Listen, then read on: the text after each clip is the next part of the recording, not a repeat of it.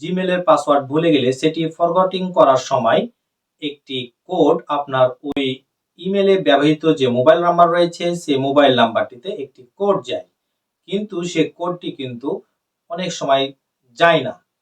আপনার এই কোডটি ভেরিফিকেশন কোডটি অনেক সময় আমরা পাই না।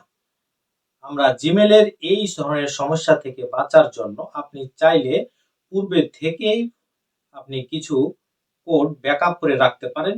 সেটি আপনি সংগ্রহ করে ডায়েরিতে লিখে রেখে পরবর্তীতে আপনি ব্যবহার করতে পারেন। আমি আজকে মূলত সে বিষয়গুলো নিয়ে আমি আলোচনা করব, কিভাবে আপনি জিমেইলের ব্যাকআপ কোড আপনি সংগ্রহ করবেন এবং সেটি কিভাবে ব্যবহার করবেন সে বিষয়টি নিয়ে আমি আজকে আপনাদের সাথে আলোচনা করব। আপনি যদি আমার চ্যানেলে প্রথম দর্শক হয়ে থাকেন তাহলে আমার চ্যানেলটিতে সাবস্ক্রাইব করে পাশের বেল আইকনটি বাজিয়ে দিবেন, আর ফেসবুক প্রোফাইল থেকে দেখে থাকলে ফেসবুক প্রোফাইলটিকে ফলো দিয়ে রাখুন। চলুন তাহলে আমরা ভিডিওটি শুরু করি। মূলত আমরা চলে যাব আমাদের হাতে থাকা যে মোবাইল ফোন রয়েছে সে মোবাইল ফোনের আপনি যে জিমেলটি লগ ইন করেছেন বা যে জিমেলটির আপনি ব্যাকআপ কোড নিতে চাচ্ছেন সে জিমেলটি আপনি এখানে লগ ইন করে নিয়ে আপনি জিমেল অ্যাপসটি ওপেন করতে হবে। আমি এই জিমেল অ্যাপসটি ওপেন করে নিচ্ছি। বাম পাশে উপর দিকে 3 লাইনস আমরা দেখতে পাবো, এই 3 লাইনসের উপর আমরা ক্লিক করব।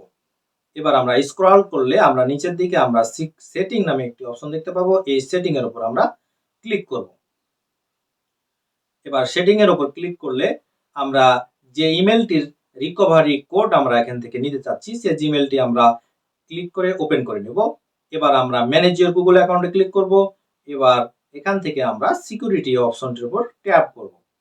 এবার আমরা টু স্টেপ ভেরিফিকেশন এই অপশনটির উপর ট্যাপ করব। কোড পাওয়ার জন্য অবশ্যই টু স্টেপ ভেরিফিকেশন অন করে রাখতে হবে। আমার টু স্টেপ ভেরিফিকেশন অন রয়েছে, আমরা টু স্টেপ ভেরিফিকেশনটির উপর ক্লিক করলাম। এবার আমরা এখানে কন্টিনিউ করব। এবার আমি এখানে পাসওয়ার্ড বা আমার যে ফিঙ্গার লক রয়েছে সেটি দিয়ে আমি এটিকে আনলক করে নেব।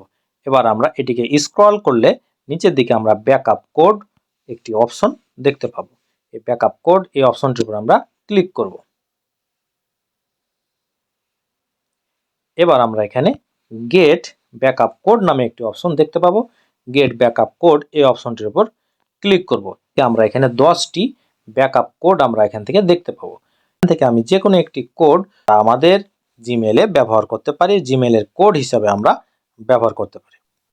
আজকের ভিডিওটি ছিল মূলত এ পর্যন্তই। আপনাদেরকে যদি আমার এই ভিডিওটি ভালো লেগে থাকে তাহলে আমার এই ভিডিওটিতে একটি লাইক দিবেন আর শেয়ার করে বন্ধুদেরকে দেখার সুযোগ করে দিবেন। ধন্যবাদ।